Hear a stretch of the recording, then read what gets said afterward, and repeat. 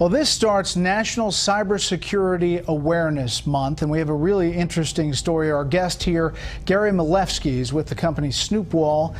Gary, thanks for being here. It's an interesting and alarming story that you have about this study. I think this is bigger than Ebola right now because 500 million people are infected and they don't know it. But it's not them, it's their smartphones. So tell me the breakdown. How does this happen? So let me give you an example. If you went to the hardware store, you'd buy a flashlight and you'd turn it on and you'd use it to find your car keys at night or to do some work. We've all installed a flashlight app on our phones. This is the app that you put on and it just goes up. It's a flashlight. Exactly. And instead of being a normal flashlight, when you hit the on button, this flashlight app is kind of like a real flashlight from the hardware store, except it was made by Mr. Gadget. And it opens up and it says, Brett, can I have your name, address, credit cards, bank account information, family photos, videos, where you're located right now, and all your friends and contacts, and can I send that out over this little satellite dish attached to the flashlight?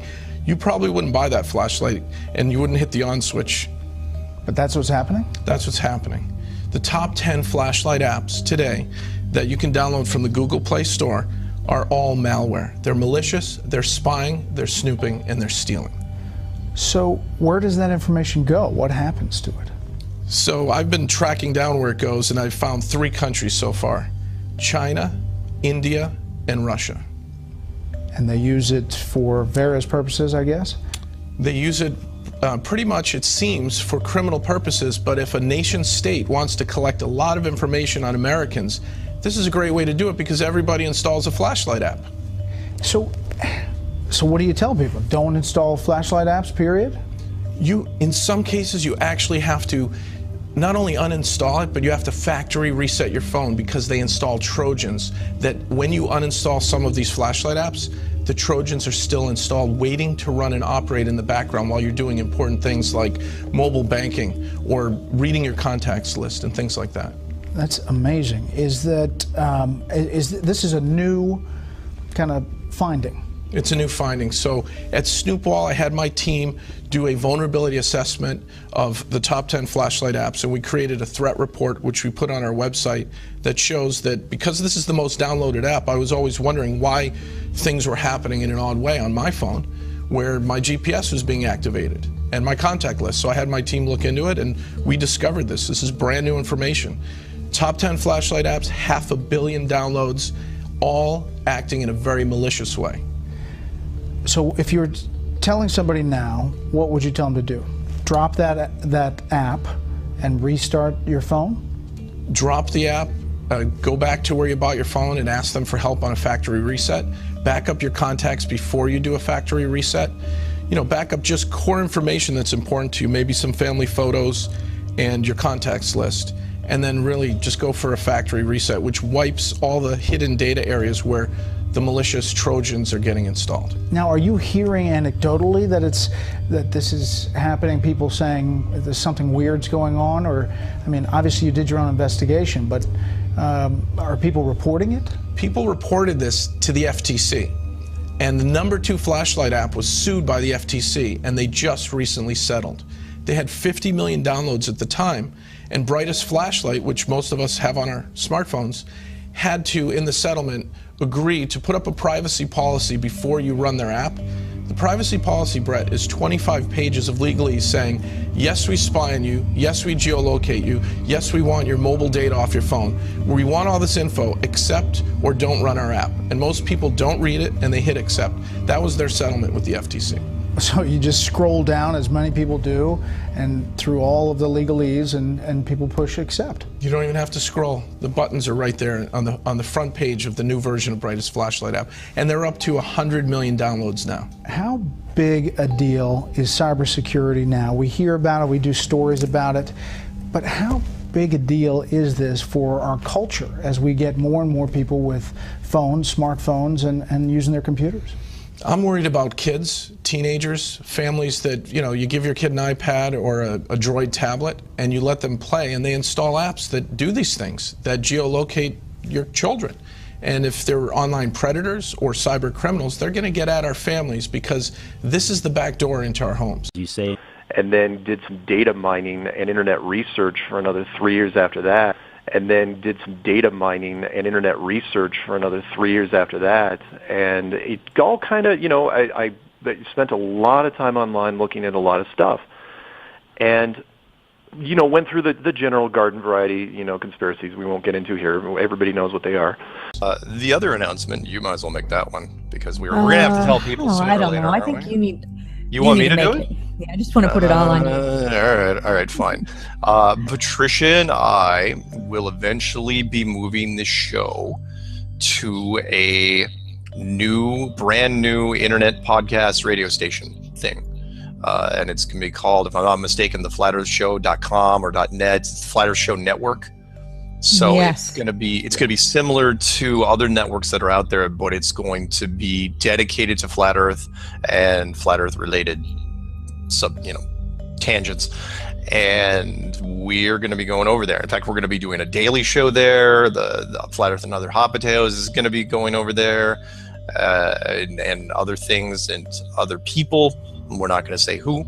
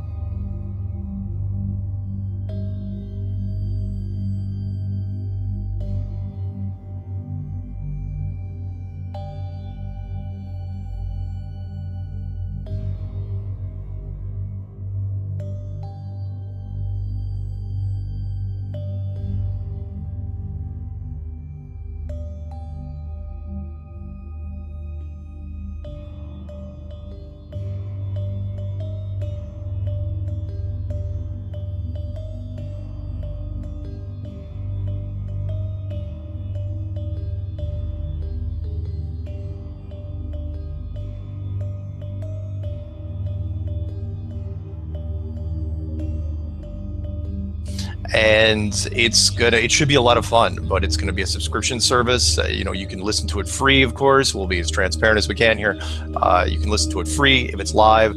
If you want the access to the archives, like any other subscription service, you got to pay a monthly fee, but it's very small. And something like $5, maybe. Yeah, like $5 a month, something like that, $4.99 or whatever they charge. I'm not even sure. The producer's taking care of that. But we were approached. Again, it's not something we weren't sending out letters to people saying let's do this. We were approached and told, yeah, let's do this. Maybe it was because the Art Bell thing collapsed, and it's like, okay, who's the new people coming in doing this, and we seemed like the natural choice. So. Go us. Why not, right? I think it'll be fun. Yeah, I think it'll be a lot of fun, but it'd be daily on top of it. So if you guys can't get enough of it. I'm Patricia Steer. Mark Sargent is here. And the first person that we're going to be talking to, aside from in the previous part, we had Anthony Riley showing that the domain was not owned by Mark Sargent.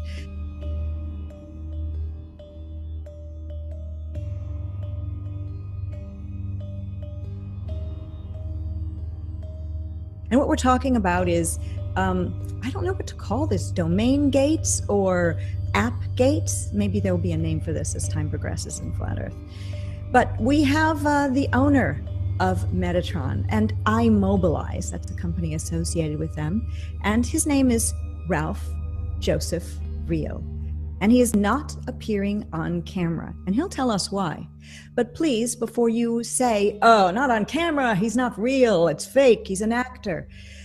There are some channels, including MGTV, who don't show their face, don't have their voice.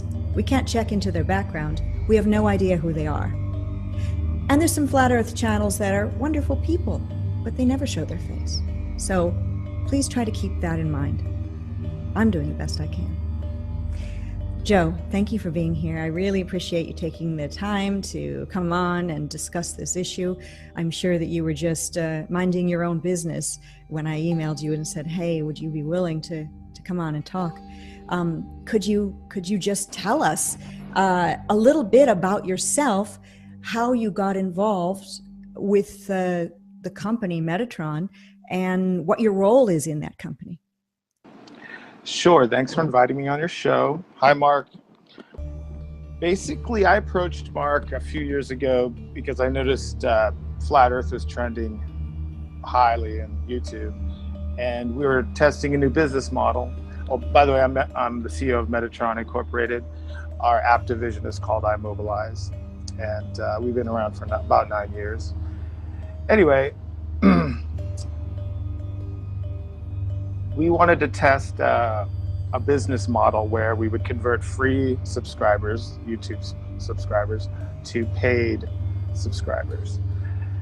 We didn't see this demonetization avalanche coming, but we felt that a lot of these channels could be making a lot more money. For example, I'm a personal fan of Mark's show. I thought it was entertaining. I'm flat Earth agnostic, but it was a very entertaining show, kind of like a Coast to Coast. I like conspiracies, and I never thought I'd be part of one, but hey, that's fine. And Mark is also a kind of a historian, and he has opinions on all kinds of things besides flat Earth. So I said, well, why don't we make a website for your diehard fans to listen to some of your other ideas, like on JFK or World War II. And, it did okay, but we also tested out with some fitness channels and yoga, and that's what we're primarily into. We do, our biggest app was Eckhart Tolle, The Power of Now. He sold 20 million books. That was probably our most famous app that we did. And, Mark and I are similar ages. We have similar backgrounds, but we are not the same person, I must say. Maybe brothers from different mothers, but we are not the same person. So I will just let everyone know that. Any more questions? Or? Yeah, I think I've got a ton of different questions, and a lot of people have come to me with questions, and some of them I couldn't quite explain, and then some of them I figured out on my own. I was able to debunk the MGTV video within maybe 40 seconds while sitting in my car on my cell phone. Number one, because I know I'm innocent of everything that I'm charged of, so right away I don't have an issue with it. But I was trying to look at it from the perspective of somebody from the outside. One of the accusations, obviously we've determined that Ralph Joseph Real is you, and it's not Mark. Mark is not Ralph, Mark is not Joe, and Mark is not Joseph. It's all one person. But there's another person that you're partnered with. Can you tell us about that person? Okay. Ralph is my father's name. Joseph is my grandfather's name. I think Mark remembers this. At that time, having the name Ralph was not cool in school. It basically meant barfing. So I decided to go by Joe. And I don't know, it just stuck with me. And as far as Dennis is my business partner. He is an accomplished bass player, website designer. He's from New York City. He's a long-haired guy. He plays in a lot of local San Diego bands, reggae bands. We actually played in some bands together. He's just a great guy. He doesn't know anything about this stuff at all.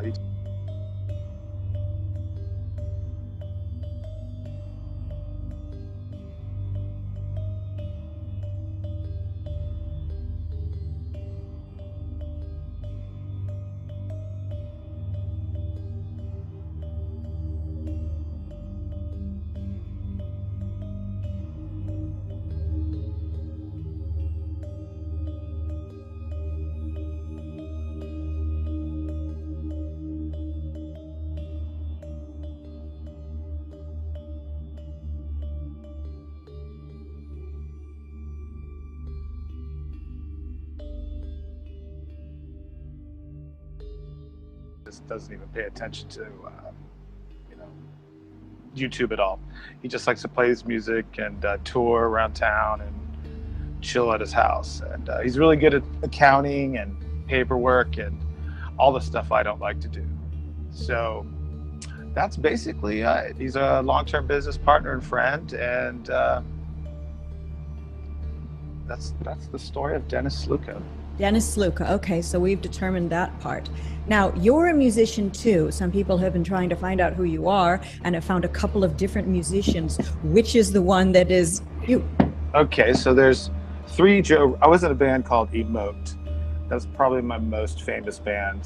And we played with Blink-182 and STP and Third Eye Blind, but we never made it big. And I decided to go solo, like most singers do in bands, and I decided to use my name Joe Real, but no one could really spell it, so I used R-E-A-L. It's kind of like a stage name, like Sting, Gordon Sumner, etc.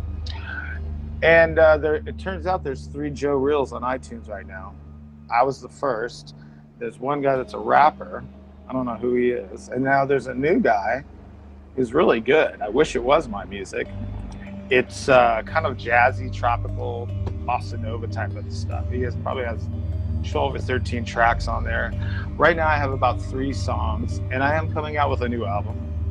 It's going to be totally different than what I used to do.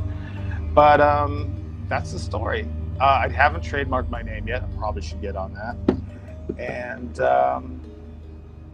I consider myself the real Joe Real. Keeping it. But have you bought your website yet? Have you bought your website domain yet? That's the real question. You know what? Let me double check that. I need to. I think I bought Joe Real Inc. But maybe not Joe Real, but spelled my German R-I-E-H-L. So are you an app company primarily, or a website company, or both? Kind of both, but most of our revenue is from apps.